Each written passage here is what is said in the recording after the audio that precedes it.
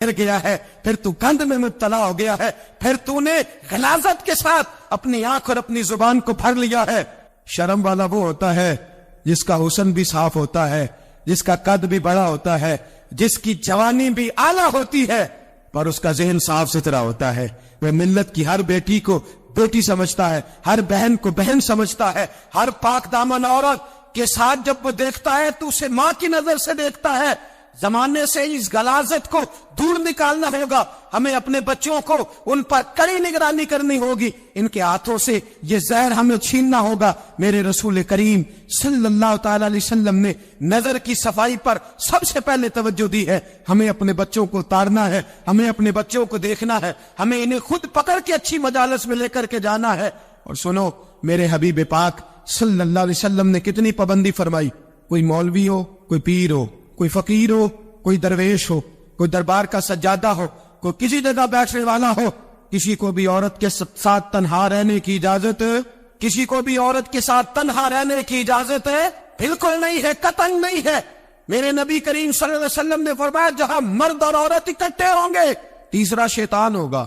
ابن حجر کہتے ہیں ایک صحابی نے عرض کی حضور اگر وہ دونوں نیک ہو، اگر دونوں نیک ہو تو میرے حبیب پاک صلی اللہ علیہ وسلم نے فرمایا یحییٰ کے بیٹے زکریا بھی ہوں اور عیسیٰ کی والدہ مریم بھی ہوں، تو پھر بھی میں دونوں کو اکیلے رہنے کی اجازت نہیں دیتا۔ جب ان کو اجازت نہیں ہے، جب ان کو اجازت نہیں ہے تو باقی کوئی کس کھاتے میں ہے؟ میں سنتا ہوں اور آج میں بباندے دہل کہتا ہوں، ہمیں وہ دربار بھی قبول نہیں ہے، سن لیا جائے، میری بات کو نوٹ کیا جائے، ہمیں وہ دربار اور مزار بھی قبول نہیں ہے جہاں برائی اور منشیات کے اڈے قائم ہے۔ ہم ان درباروں پر بھی فوری طور پر ہر لحاظ سے کڑی نگرانی کرنے کا اور پوری سختی کرنے کا ارادہ رکھتے ہیں، اور خود آگے بڑھ کے ان ظالم سجادہ نشینوں کا منہ نوچنے کا ارادہ رکھتے ہیں جن درباروں پر نشہ بکتا ہے، جن درباروں پر گند ہوتا ہے۔ دربار تو ایسے ہوتے ہیں کہ داتا علی اجمیری رحمت اللہ علیہ کا دربار ہو پر چاروں جانب قرآن پاک کی تلاوت ہو رہی ہو، جمعہ اتنا بڑا ہوتا ہو کہ لاہور میں اتنا بڑا جمعہ ہی اور کوئی نہ ہو، درس حدیث ہوتا ہو، درس نظامی کا مدرسہ قائم ہو، اور عورتوں کا جانا الگ ہو، مردوں کا جانا الگ ہو، پوری شریعت کی پابندی ہے، پھر کسی دربار پر جانے کی اجازت ہے، پر نہ کوئی کسی جگہ بھی کسی بھی لحاظ سے کبھی نہ جائے۔ میرے عزیزوں، منشیات کے خلاف جہاد، بے حیائی، عریانی، فحاشی، ملت کا جوان اپنی نظر کو چھپانا سیکھ جائے۔ اور میرے دوست دیکھنا، بیٹیوں کو خطرہ کس سے ہے؟ یہاں ہندو بھی کوئی نہیں، سکھ بھی کوئی نہیں، آریہ بھی کوئی نہیں، بدھ مت بھی کوئی نہیں، یہاں عیسائی بھی اقلیت میں، یہاں یہودی بھی کوئی نہیں، لیکن پھر بھی بیٹیوں کی اگر شرم و حیا محفوظ نہ ہو۔ یہ حدیث سنانے لگا، وہ حدیث ہے، حدیث رسول ہے۔ جوان خاص کر کے ذرا میری بات میں توجہ کرے، اور بزرگ خاص کر توجہ کریں جنہوں نے تربیت کرنی ہے۔ سنیں، حضور کی بارگاہ میں ایک نوجوان آیا ہے، یہ سنگ میل ہے حدیث، اس کو یاد رکھنا۔ عرض کی حضور میں سارے گناہ چھوڑ سکتا ہوں، زنا نہیں چھوڑتا، حضور مجھے زنا کی اجازت ہونی چاہیے۔ میرے حبیب نے تھپکی دی، بٹھا لیا۔ میں کہتا ہوں حضور نے گناہگاروں کو معاشرے سے کاٹا نہیں، ان کی تربیت فرمائی ہے، ان کی تربیت فرمائی ہے، ان کو کریم فرمایا۔ میرے حبیب کریم صلی اللہ علیہ وسلم نے فرمایا ادھر آ، بیٹھ جا، بیٹھ گئے۔ حضور نے فرمایا تو پسند کرتا ہے تیری ماں کے ساتھ کوئی بدکاری کرے؟ حضور نہیں۔ فرمایا تو پسند کرتا ہے تیری بیٹی کے ساتھ کوئی بدکاری کرے؟ یا رسول اللہ میں آنکھیں نکال دوں گا۔ حضور نے فرمایا تو پسند کرتا ہے تیری بہن کے ساتھ؟ حضور میں کاٹ ڈالوں گا وہ ہاتھ جو میری بہن کی طرف اٹھیں گے۔ فرمایا تو پسند کرتا ہے کہ تیری خالہ پھپھی ممانی کی طرف کوئی ایسی حرکت کرے؟ حضور میں کاٹ کے رکھ دوں گا ان لوگوں کو جو بات بھی کریں گے۔ میرے حبیب نے فرمایا اچھا، جس کے ساتھ تو بدکاری کی اجازت مانگ رہا ہے وہ کسی کی ماں نہیں لگتی، وہ کسی کی بہن نہیں لگتی، اور کسی کی بیٹی نہیں ہوگی؟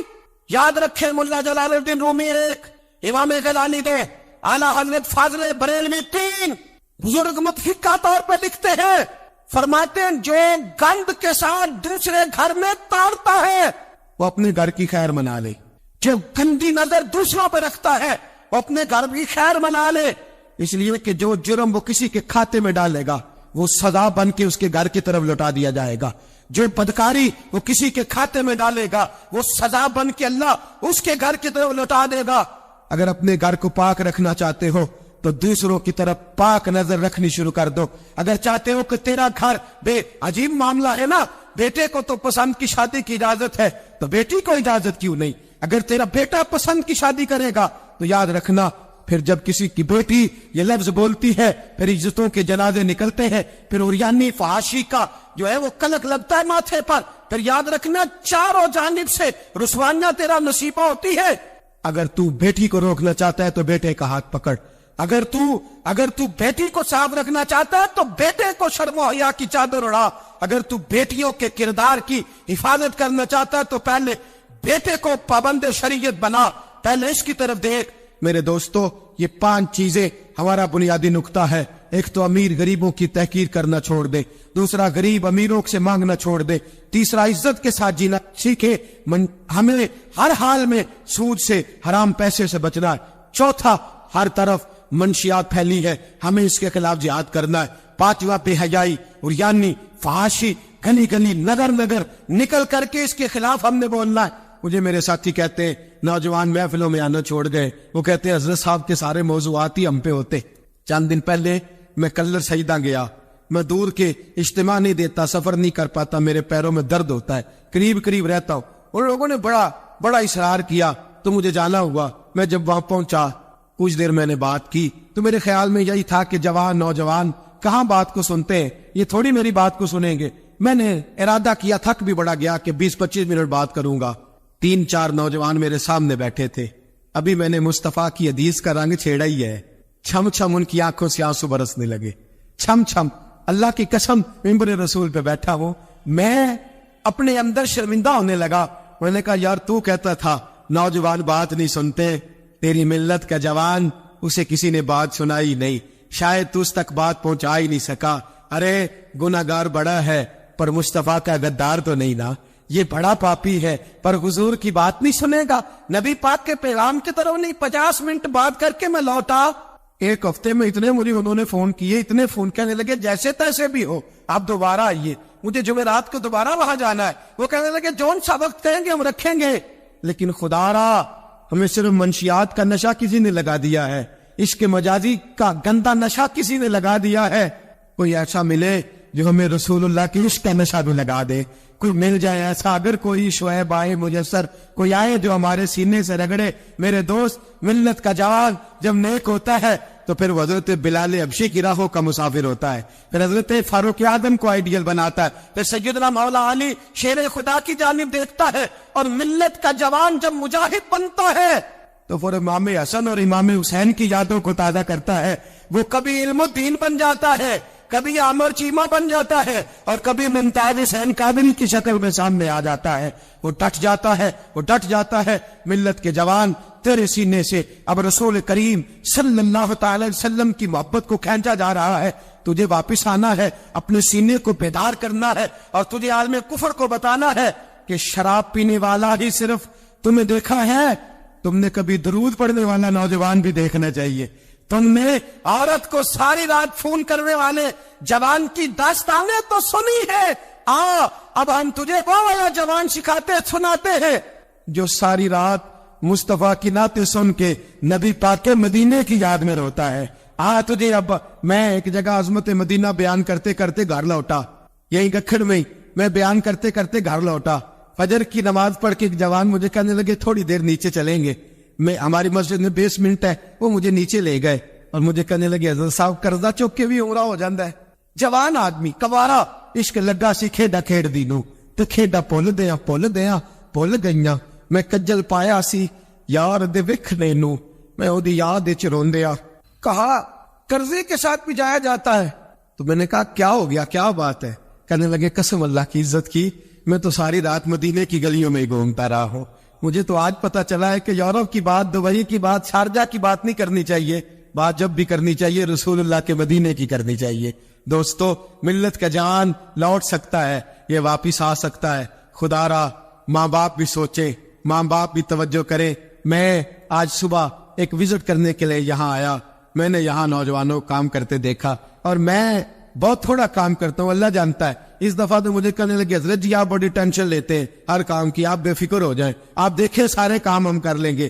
یہ ملت کا جوان مبلغ بن جاتا ہے، یہ ملت کا جوان میں نے دیکھا ہے، یہ میرے جیسے فقیر، غریب، لاچار اور بڑے چھوٹے لوگوں کا یہ بڑے بڑے یہ ڈرائیور بن جاتے ہیں, یہ جوتیاں سیدھی کرتے ہیں, ہم لوگ کام نہیں کرتے. لیکن ملت کا جوان آ سکتا ہے. میری باپ سے گزارش ہے وہ اپنے بیٹے کو خود لائیں, خود مسجد تک پہنچائے. میری بھائی سے گزارش ہے وہ خود اس کو لا کر کے مسجد میں کھڑا کرے. میری ملت کا جوان یہ برا نہیں ہے, میری ملت کا جوان یہ غلط نہیں ہے, میرے رسول کا کلمہ پڑھنے والا برا نہیں ہے. اسے جب بھی موقع ملتا ہے یہ کسی اور کا نعرہ نہیں لگاتا, یہ محمد کے نام کا نعرہ لگاتا ہے. اسے جب بھی موقع ملتا ہے یہ کوئی اور دھرم نہیں چنتا, یہ رسول اللہ کا قرآن ہی چنتا ہے. اسے جب بھی موقع ملتا ہے یہ کسی اور جگہ جھاڑو نہیں دیتا, یہ مصطفیٰ کے نام کی مسجد میں جھاڑو دیتا ہے. یہ بڑا پاکیزہ ہے, یہ بڑا ستھرا ہے. اب ہم اپنے جوان کو گھٹیا نہیں ہونے دیں گے, شرابی نہیں ہونے دیں گے, فحاشی نہیں کرنے دیں گے, ریانی نہیں کرنے دیں گے.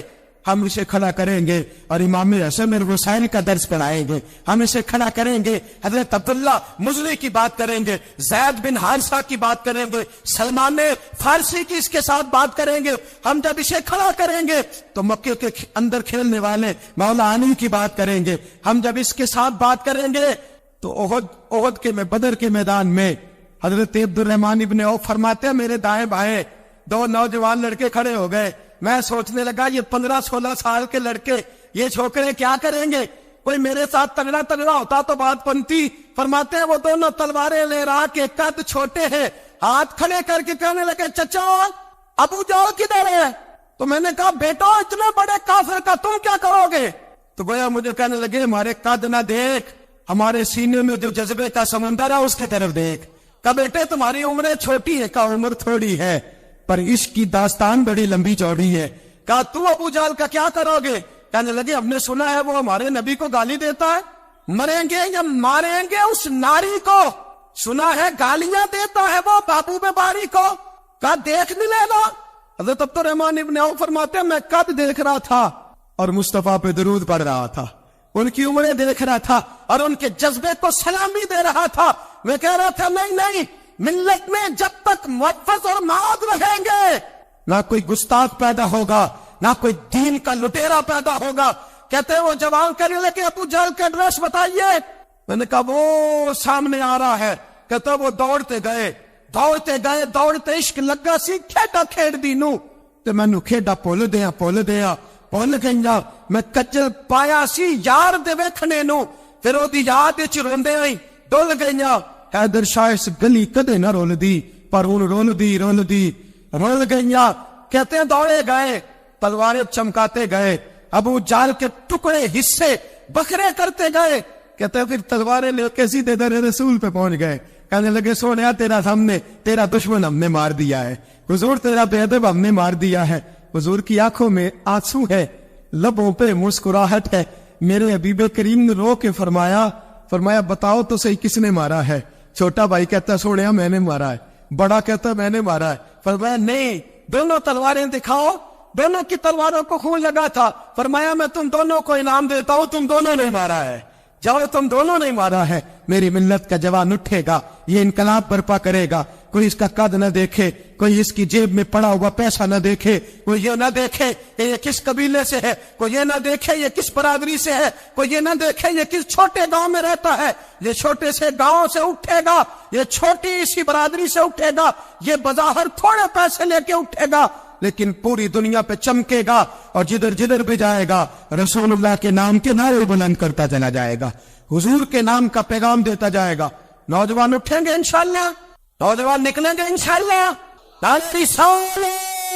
نعرہ رسالت یہ پہلا لگے گا اور انشاءاللہ بڑی جلدی ہم دیکھیں گے اس سرزمین سے یہ دھوکہ اور فریب بھی بھاگے گا, اس سرزمین سے بھکاری بھی ختم ہوں گے. ہم دیکھیں گے اس ملت سے نشہ بھی ختم ہوگا. ہم دیکھیں گے مسجدوں میں بوڑھے نہیں ملیں گے, انشاءاللہ جوان بھی سر سجدے میں رکھے ہوئے ملیں گے. اور انشاءاللہ آپ بوڑھی داڑیاں نہیں رکھیں گے, اب چہروں پہ کالی سیاہ داڑیاں نظر آئیں گی اور کفر کو پیغام ملے گا کہ رسول اللہ کو ماننے والے بھی ہیں اور رسول اللہ کو اپنانے والے بھی ہیں.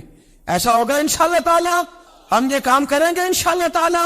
ہم جمعے میں بھی, اور میں نے پہلے کہا کہ صرف میں نہیں, جہاں بھی کوئی دردمند عالم آپ کو ملے آپ وہاں پہنچے, جہاں بھی آپ کو کوئی چراغ روشن کرتا ملے اس کی روشنی حاصل کریں. حق عقیدے کا سچا ہو, عمل کا پختہ ہو. آپ چاہیں درد کی بات سنیں. جہاں تک ہمارا تعلق ہے میں 1 مہینے میں درجنوں جگہ پر جانے کی کوشش کرتا ہوں. میں نکلتا ہوں, میں اپنی بساط بھر یہ کوشش کرتا ہوں. میری چاہت ہے کہ میرے ساتھ جو جوان جاتے ہیں وہ مجھ سے زیادہ نوکری کرتے ہیں, وہ مجھ سے زیادہ خدمات سر انجام دیتے ہیں, وہ مجھ سے زیادہ ہمت اور دلیری کرتے ہیں. اور یہ پیغام پھیل رہا ہے, یہ پھول رہا ہے. میں اکیلا ہی چلا تھا جانب منزل, مگر لوگ ملتے ہی گئے اور کارواں بنتا گیا. ہر اتوار کو مغرب سے عشاء تک ہم جامعہ رحمانیہ میں بھی اکٹھے ہوتے ہیں. میری جوانوں سے گزارش ہے موبائل گھر چھوڑ کے کل مغرب کے بعد آ جائیں. جس کو اتوار کو وقت نہ ملے وہ جمعے کی نماز میں ہمارے ساتھ شریک ہو جائے. جس کو وزیر آباد میں درس میں شریک ہونے کا وقت ملے وہ وہاں آ جائے. جس کو گجرانوالہ میں موقع ملے وہ وہاں آ جائے. وہ حضرات پھیلنے, اب تھوڑا تھوڑا اپنی اس بیٹری کو چارج کرتے جاؤ. آج اب یہاں سے نکلیں گے شیطان پھر حملہ کرے گا, پھر آپ کو تاڑے گا, پھر غلط مشورہ دے گا. لیکن آج ہی ہم نے موبائل سے ساری گندی چیزیں ڈیلیٹ کرنی ہے, اپنے نبی کے ساتھ وفا کرنی ہے. کریں گے انشاءاللہ تعالی. ہم نے ہر گند نکال دینا ہے.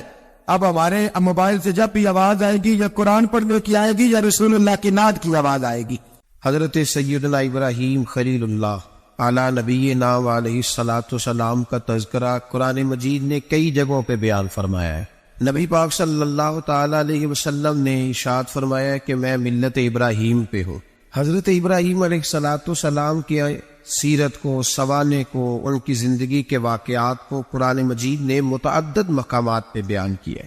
انبیاء کرام علیہ السلام 1,24,000 کم و بیش ہوئے, لیکن دین اسلام میں نبی پاک علیہ السلام کی امت میں جو مقام حضرت ابراہیم کا ہے وہ بس انہی کا ہے.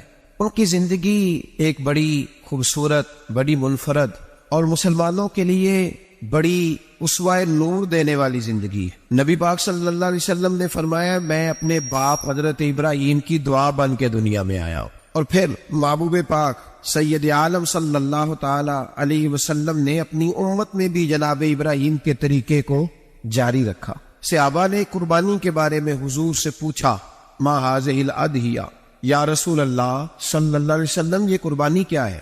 تو فرمایا سنت ابیکم ابراہیم, یہ تمہارے باپ حضرت ابراہیم کا طریقہ ہے. حالانکہ قربانی نبی پاک صلی اللہ علیہ وسلم کا بھی طریقہ ہے, لیکن فرمایا تمہارے باپ حضرت ابراہیم کے ذکر کو باقی رکھا. اللہم صلی علی محمد وعلی آل محمد کما صلیت علی ابراہیم وعلی آل ابراہیم, ان کے تذکرے کو باقی رکھا دین کے اندر. حضرت ابراہیم بڑی امتیازی شان والے نبی ہیں, بڑی امتیازی شان والے. رب کریم کا وہ دوست جس نے کوئی چیز بچا کے نہیں رکھی, ہر شے ہی اپنے رب کی بارگاہ میں پیش کر دی. چند چیزوں سے انسان کو بڑا پیار ہوتا ہے, گھر سے بڑا پیارا ہو. وہ بڑا خوبصورت ہوٹل, 5 سٹار ہوٹل میں رہا, وہ اسلام آباد گیا, کسی سفر پہ گیا تو بڑے اعلیٰ قسم کے اس کو کھانے ملے, بڑی چیزیں ملی, لیکن کبھی دائیں کروٹ کبھی بائیں کروٹ. تو ساتھ بیڈ پہ دوست تھا تو اس نے کہا صاحب سو جاؤ, تو اس نے کہا یار جو مزہ اپنے گھر میں سونے کا ہے وہ کسی اور جگہ تھوڑی ہے. گھر بڑا پیارا ہوتا ہے, انسان لگاؤ ہوتا ہے. جس بے تکلفی سے, سکون سے, آرام سے انسان اپنے گھر میں وقت بتاتا ہے کہیں اور مشکل ہو جاتا. دوسرا, انسان کو اولاد بڑی پیاری ہوتی ہے, بڑی عجیب شے, نہ ہو تب بھی بڑا دکھ ہے اور ہونے کے بعد بھی اس کی بڑی آزمائشوں. یہ بڑی ایک میٹھی چیز ہے. اولاد ایک بڑا عجیب سا میوہ ہے, پتہ نہیں یہ کس انجیکشن کا نام ہے کہ چھاتی پر چڑھ جائے تو اللہ سکون عطا فرما دے. پتہ نہیں کس ٹھنڈی دولت کا نام رب کریم نے اولاد رکھا, بڑی پیاری ہوتی ہے اولاد. پھر تیسری چیز انسان کی اپنی جان ہے, اور یہ اتنی قیمتی شے ہے کہ اللہ کریم نے فرمایا کہ اگر تیری گردن پہ کوئی آدمی پستول رکھ کے, تلوار تیرے گلے پہ رکھ کے کہے نہ کہ رب کا انکار کر دے ورنہ مار دوں گا, تو فرمایا وقتی طور پہ میری ذات کا انکار کر پر جان بچا جا. اگر تم مرنے کے قریب ہو گیا ہے اور حرام شے کھائے بغیر تو بچ نہیں سکتا, مر جائے گا, تو فرمایا چل تو اس طرح کر, حرام کھا کے جان بچا. پر جان بچانا فرض ہے, ضروری ہے. وطن بڑا پیارا, اولاد بڑی پیاری, جان بڑی پیاری. اور حضرت ابراہیم سے رب کریم نے فرمایا چل ابراہیم کوئی چیز دے, تو کہا یا اللہ تینوں ہی تیرے نام پہ قربان کرتا ہوں, تیری ہوئی ساری, ہر شے تیری. حضرت ابراہیم نے دین کے لیے, آپ شہر بابل کے قریب پیدا ہوئے, وہاں سے مصر آئے, مصر سے فلسطین آئے, اور فلسطین سے آ کر کے کعبہ آباد فرمایا. زندگی سفروں میں گزری. سفر ایک تکلیف والی چیز ہے, پر حضرت ابراہیم نے وطن چھوڑ دیا, گھر چھوڑ دیا. جان بڑی عزیز ہوتی ہے, اصل میں نا جب انسان جد و جہد کرتا ہے نا دین کے لیے تو اس کے رستے میں بڑی چیزیں آتی ہیں، کبھی اولاد، کبھی گھر، کبھی باہر، کبھی حکومتیں، کبھی سیاستیں، کبھی چدراہٹیں، اس کے رستے میں بڑا کچھ آتا ہے اور اسے ہر چیز کو فیس کرنا پڑتا ہے. گھر کے اندر بھی جنگ ہوتی ہے اور گھر کے باہر بھی لڑائی ہوتی ہے. یہ آسان ہے ہی نہیں. ہم تو خیر ہتھیار چھوڑ کے پھینکنے والے لوگ ہیں، ہم بولے بالے لوگ ہیں. ہم کہتے ہیں میں نے تو کہا تھا مہندی نہ کرو پر بیٹے نہیں مانے، بولے جو ہوئے. اسی طرح حالانکہ اگر وہ بیٹا کہے نا کہ ابا جی لاؤ زندگی میں سارا کچھ میرے نام کرو تو پھر ہم بولے نہیں ہوتے، اور اس وقت ہم تیز ہوتے ہیں، کہتے ہیں یہ کیسے ہو سکتا ہے، ہاتھ کاٹ کے دے دوں. اس وقت نہیں، دین کے معاملے میں بولے ہوتے ہیں. بیٹا بد مذہب کے پاس جا رہا ہے تو اس وقت ہم بولے بالے ہیں، کوئی عرض نہیں. لیکن اگر وہ اپنی پسند کی شادی کرے ہمیں کراس کر کے پھر ساتھ ہی ہم تیز ہو جاتے ہیں. تو حضرت ابراہیم نے جب دین کے لیے نکلے تو جد و جہد کی، گھر کے اندر بھی گھر کے باہر بھی. آپ کے والد کا نام طارق ہے، وہ توحید پرست تھے، ایماندار تھے، پرہیزگار تھے. آپ کے چچا کا نام آزر ہے، وہ بت پرست تھے، بت بیچا کرتے تھے. حضرت سیدنا ابراہیم علیہ السلام جب میدان عمل میں نکلے تو حضرت ابراہیم علیہ السلام نے اپنے گھر سے جہاد شروع کیا. لڑنا پڑا، گھر کے اصولوں سے. چچا نے جو رواج بنائے ہوئے تھے اس رواج سے ٹکرائے. فرمایا میں اپنے گھر کے اندر یہ بت پرستی نہیں ہونے دیں گا. چچا کو ایک دفعہ نہیں بار بار 100 دفعہ سمجھایا. آپ کا چچا بت بنا کے بیچا کرتا تھا. حضرت ابراہیم علیہ السلام تھوڑے بڑے ہوئے تو کہنے لگا کہ چلو میرے ساتھ، تم بھی بت بیچنے ہیں، ہمارا کاروبار ہے. حضرت ابراہیم ساتھ نکلے تو بت پکڑا ہے، گندے پانی کے اندر اس بت کو ڈبوتے ہیں. کہتے ہیں کسی نے خریدنا ہے تو خرید لو، نہ یہ نفع دے سکتا ہے نہ نقصان دے سکتا ہے. جو اپنا آپ نہیں بچا سکتا تمہیں کیا بچائے گا، خریدنا ہے تو خرید لو. چچا کہنے لگا تو کاروبار چمکا رہا ہے کہ تباہ کر رہا ہے. گھر میں بڑے معاملات خراب ہوئے، جھگڑے ہوئے، لیکن حضرت ابراہیم علیہ السلام ایک منٹ کے لیے بھی اپنے گھر کے اندر بھی کمپرومائز کرنے کو تیار. یہ تھوڑا مشکل میں نے پہلو چھیڑ دیا ہے، یہ تھوڑا مشکل پہلو چھیڑ دیا ہے. بڑا سمجھدار آدمی ہے پر بیوی سے پردہ نہیں کرا سکتا. سیانا ہے، پنچایت کا بندہ ہے، جو اس سے آپ کہیں گے وہ بات یہ سنائے گا، لیکن کہتا ہے نہیں جی میں نے کوشش کر لی ہے. کس قسم کی کوشش ہے صاحب، کیسے ہو گیا؟ حضرت ابراہیم علیہ السلام نے گھر کے اندر سے فرمایا نہیں کرنے دوں گا. گھر کے اندر بھی ٹکرائے. فرمایا تم جو بھی ہو پاش کیا چچا کے اصولوں کو. اور باہر جب نکلے تو صرف علاقے کے چیئرمین سے نہیں ٹکرائے، ایم پی ایم این اے وزیر مشیر سے نہیں ٹکرائے. سپر پاور نمرود دنیا کا واحد حکمران تھا اس وقت، دوسرا کوئی حکمران ہی نہیں تھا. اکیلے حکمران سے جا کر ٹکرائے. کوئی ساتھ فوج نہیں تھی، کوئی ساتھ ان کے طاقت بازار دنیا داری کی کوئی نہیں تھی، پر حضرت ابراہیم جا کے ٹکرائے. اور میرے رسول پاک صلی اللہ علیہ وسلم نے سند بیان کی. فرمایا افضل الجہاد کلمۃ الحق عند سلطان الجابر. فرمایا سب سے افضل جہاد یہ ہے کہ تو ظالم بادشاہ کے سامنے کھڑے ہو کے حق بات بیان کر دے. یہ سب سے بڑا جہاد ہے، یہ سب سے افضل الجہاد ہے کلمۃ الحق عند سلطان الجابر، سب سے بڑا جہاد. حضرت ابراہیم کھڑے ہو گئے، سپر پاور سے ٹکرائے. یہاں ہم لوگ حکمتوں کا شکار ہیں، دیکھیں گے، کریں گے، سوچیں گے. اور مولوی صاحب کو ویسے کہتے ہیں آپ پرہیز کریں سیاسی باتوں سے. بھئی اللہ کے ہر نبی نے جا کے وقت کے ظالم حکمران کو لتاڑا ہے، للکارا ہے. یہ تو مشن انبیاء ہے. حضرت سیدنا ابراہیم علیہ السلام نے جو اس کو جا کے کہا کہ تو جھوٹ بولتا ہے، تو جھوٹا ہے، تو خدائی کا دعویٰ کرتا ہے، تو بہت بڑا ظالم ہے. اور قرآن مجید نے ساری بات کو بیان فرمایا. حضرت ابراہیم علیہ السلام سے کہنے لگا میں رب ہوں. تو آپ نے فرمایا میرا رب تو وہ ہے جو زندہ کرتا اور مارتا ہے. تو پھر آپ حق بات بیان کریں گے تو اللہ مارے گا کہ بندہ مارے گا؟ کچھ بھی نہیں ہوتا، کیونکہ زندگی موت کس کے ہاتھ میں ہے؟ اللہ کے ہاتھ میں. زندگی موت اللہ، کچھ بھی نہیں ہوتا. انسان صحیح سمت کا تعین کرے اور صحیح چلے. حضرت علی شیر خدا سے کسی نے کہا تھا کہ آپ کے بڑی دشمنی ہے، کوئی محافظ رکھ لیں. آپ فرمانے لگے موت خود بہت بڑی محافظ ہے، وقت سے پہلے آتی ہی نہیں. تو بھائی حضرت ابراہیم ٹکرائے اور آپ کا انداز کیا ہے؟ جا کے کہا کہ تو نہیں، خدا وہ ہے جو زندہ کرتا. اور اس نے ایک بیوقوفوں جیسی دلیل دی. ایک آدمی کو کل پھانسی دینی تھی تو اس کو بلایا، کہنے لگا تجھے کب پھانسی ہے؟ اس نے کہا کل. کہنے لگا جا تجھے آزاد کیا، زندگی دی، اس کو چھٹی دے دی. ایک عام آدمی بیچارہ بیٹھا تھا، اس کو پکڑ کے نا کہنے لگا اس کی گردن اڑا دو. کہنے لگا دیکھ لو میں بھی زندہ کرتا اور مارتا ہوں. وہ جو کل مرنے والا تھا میں نے زندہ کر دیا ہے، اور جس کو پتہ ہی نہیں تھا کہ میں نے مرنا ہے اسے پکڑ کے میں نے مار دیا ہے. یہ بیوقوفوں جیسی دلیل ہے. حضرت سیدنا ابراہیم علیہ السلام چاہتے تو اسی وقت دلیل توڑ دیتے کہ تو کیا بیوقوفوں جیسی بات کر رہا ہے. اگر تو زندگی دیتا ہے تو مرے ہوئے میں جان ڈال کے دے جس کو تو نے مارا ہے. لیکن حضرت ابراہیم نے دیکھا کہ بیوقوف ہے, بیوقوفوں سے بحث نہیں ہوتی, دلیل بدل لی جاتی ہے, ان کی عقل کے مطابق بات کی جاتی ہے. حضرت ابراہیم فرمانے لگے میرا رب وہ ہے جو سورج مشرق سے نکالتا ہے اور مغرب میں غروب کرتا ہے, تو اگر رب ہے تو تو مغرب سے نکال کے مشرق میں غروب کر.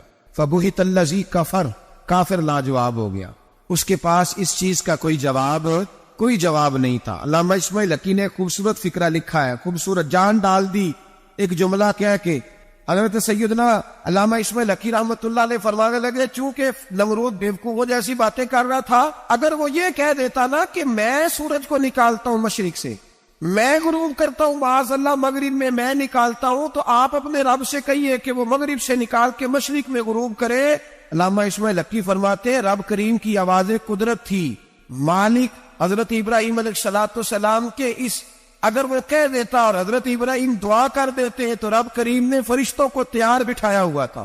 فرمایا اگر یہ کہہ دے میرے خلیل سے کہ سورج مغرب سے نکال کے مشرق میں غروب کرنا ہے تو تیار رہنا, جس طرح خلیل کہیں گے ویسے کر دیں گے.